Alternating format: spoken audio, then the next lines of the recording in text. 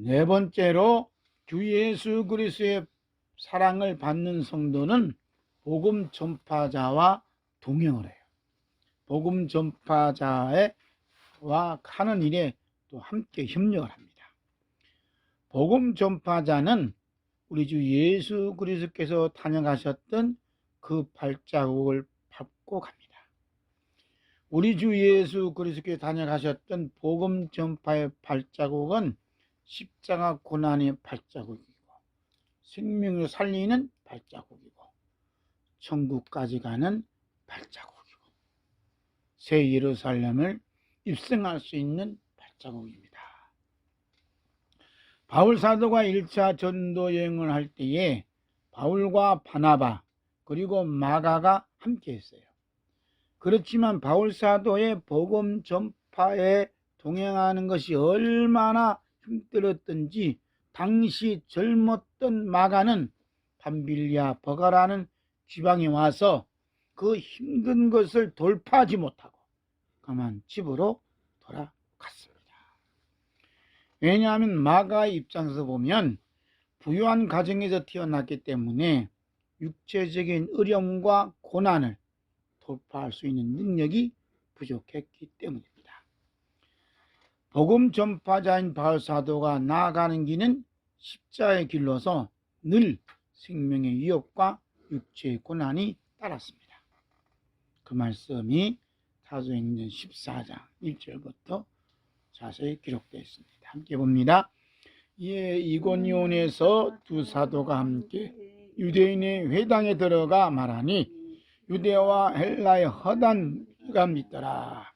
그러나 순종하지 아니한 유대인들이 이방인들의 마음을 선동하여 형제들에게 악감을 품게 하거늘 두 사도가 오래에서 주를 힘입어 담대히 말하니 주께서 그들의 손으로 표적과 기사를 행하게 하여 주사 자기 은혜의 말씀을 증언하시니 그 시내의 무리가 나뉘어 유대인을 따르는 자도 있고 두 사도를 따르는 자도 있는지라.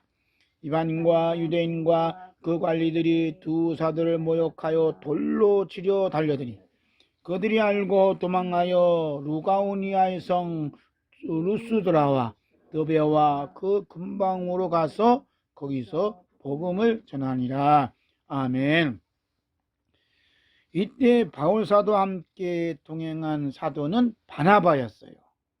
바울사도와 바나바가 유대인 회당에 들어가 하나님의 말씀을 전하고 가르치니 허다한 무리가 예수님을 믿는 부흥의 역사와 함께 사람들의 마음을 선동하여 악감을 품게 하는 악한 영의 역사도 동시에 일어났어요.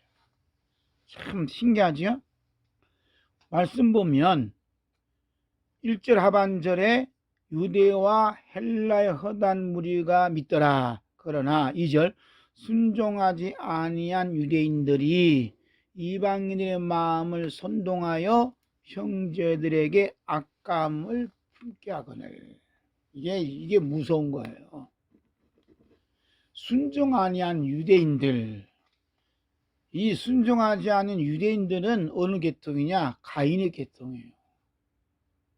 육체를 따라 난 자들의 계통이에요. 이런 자들은 주특기가 뭐냐면 사람들의 마음을 송동질해요. 그래서 악한 감정을 품게 만들어요. 우리나라 그러잖아요. 모든 언론이 99%가 이러한 가인의 계통에 내려오는 따라서 사람들의 마음을 거짓 것으로 선동을 해. 다 부러붙여, 누구 나빠, 어쩌고 막 해. 이번에도 대학 교수들이 나타나갖고 무릎을 꿇으니 어쩌니 해요. 응?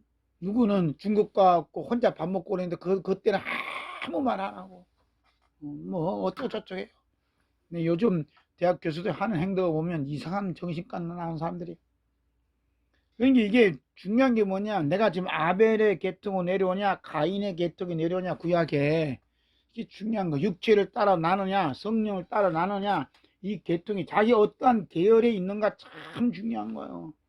내가 혹시 예, 사람들 말로 성동질해서 그 사람 미운 감정, 악한 감정을 불러일으키게 하는 그러한 부류에 속하다 그러면 누구요?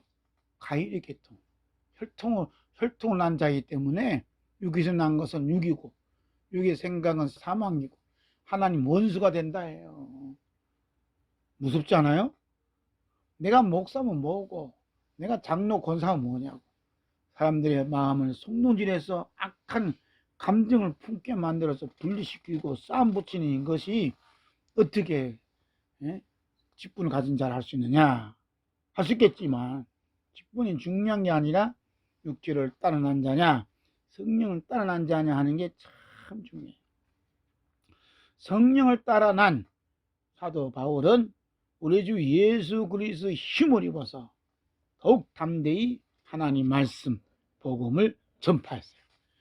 누가 뭐라든 나를 무슨 악감을 품게 하든 송도진하든 거기 연연하지 않고 목숨 바쳐 하나님의 말씀을 증거했어요.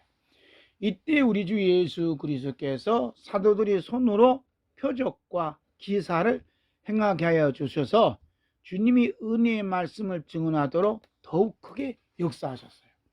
그래서 사람들이 이렇고 저렇고 말만 아이고 말 듣기 싫어 안 한다 그러면 주님께서도 스톱이죠. 그걸 돌파하면 놀라운 하나님의 역사가 그들의 손을 통해서 주님께서 이루어 주실 줄로 믿습니다. 그러잖아요. 3절에 두 사도가 오래 있어 주를 힘입어 담대히 말하니 주께서 그들의 손으로 표적과 기사를 행하게 하여 주사 자기 은혜의 말씀을 증언하게 하시니 주께서 그들의 손으로 주님께서는 그들의 손으로 나타나 일하셨다. 이게 부활체. 그리스도께서 부활체로서 바울 사도의 손을 통해 역사하신다 이 말이에요. 바울의 손이 아니라 그 손이 바로 예수님의 십자가에 못 자고 난 손으로 역사하신다. 그 손이 붙들맞는 주의 종이 되기를 성도가 되기를 주의 이름으로 축복합니다. 그러나 일부 이방인과 유대인과 공무원들이 복음 전파자인 바울 사도와 동행한 바나바를 죽이는데 협력하여 모욕하고 돌로 치려 달려들었어요. 그렇지만 그들은 이 사실을 알고 도망하여 다른 지역에서도 복음을 전파했습니다. 도망가서 복음을 전파했어요. 우리 주 예수 그리스도의 전파자와 동행하는 길에는 우리 주 예수 그리스도께서 부활체로 함께 동행하여 주실 뿐만 아니라 동시에 죽이고자 하는 악마의 지시를 받아 행동하는 자들도 있다는 것을 기억해야 돼요. 바울 사도가 밤에 기도하는 중에 마게도냐로 건너와서 우리로 도와달라는 환상을 보고 하나님이 저 사람에게 복음을 전하라고 부르신 줄 인정하고 떠나는데 그때 누가도 함께 동행을 합니다. 그 말씀이 사도행전 16장 10절이에요. 이렇게 봅니다. 바울이 그 환상을 보았을 때에 우리가 곧 마게도냐로 떠나기를 힘쓰니 이는 하나님이 저 사람들에게 복음을 전하라고 우리를 부르신 줄로 인정합니다. 하미노라. 아멘. 이 말씀 속에는 누가라는 이름이 없지만 누가는 의사이지만 문학가로서 사도행전을 기록하면서 자신의 이름은 기록하지 아니하고 복음 전파자인 바울 사도와 함께 있을 때는 우리가 라고 1인칭 복수용으로 기록을 해요. 자기를 싹 감춘다 이 말이죠. 누가는 이만큼 복음 전파자인 바울 사도를 높이고 자신을 감추기까지 하는 겸손한 사람이었어요. 이것이 복음 전파자와 동행하는 자의 기본 자세다. 이렇게 볼 수가 있습니다. 누가는 복음 전파자인 바울 사도와 동행하면서 바울 사도가 옥살이를 하면서 받은 상처마다 치료해주고 간호하는 일을 정성을 다했어요.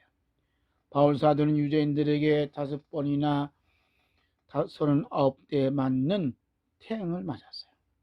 그는 가진 고난과 굶주림과 역경 속에서 때때로 괴롭히는 안질과 매맞은 그러한 상처로부터 오는 고통을 인하여 신음, 해야 했어요. 이때 이런 것들이 짓누를 때 의사인 누가가 곁에서 치료를 해 주었습니다. 아프면 언제 많이 아파요? 밤에 많이 아프죠. 언제 많이 아프냐면 낮에보다도 밤에 많이 아파요. 그 얘기는 누가는 밤잠을 자지 못하고 간호했다는 거예요. 얼마나 힘들었겠어요. 바울에게는 곁에 잠시도 없어서는 안 될 아주 귀하고 소중한 사람이었습니다. 바울에게 사랑받는 의사였고 누가는 의사로서 사랑을 받고 있는 거죠. 복음 전파자와 동행하는 성도는 의사인 누가처럼 바울 사도의 매 맞는 상처로부터 오는 고통을 인하여 실험하는 소리를 들으면서 치료하는 그런 손길도 있고 자신이 가지고 있는 기도와 재능과 건강과 또 물질로도 동행하는 섬김의 손길도 있어요.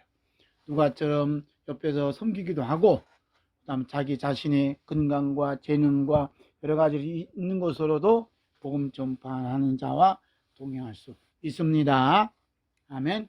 이 방송을 듣는 것도 유튜브 방송을 잘 듣는 것도 동행하는 거고 좋아요 또 이렇게 클릭해 주는 것도 동행하는 거고 은혜가 됐다 그러면 다른 분들이 공유하는 것도 동행하는 거고 때로 또 하나님 은혜가 임해서 또 헌금하는 것도 이렇게 동행하는 거고 동행하는 모든 방법이 다양하게 있습니다.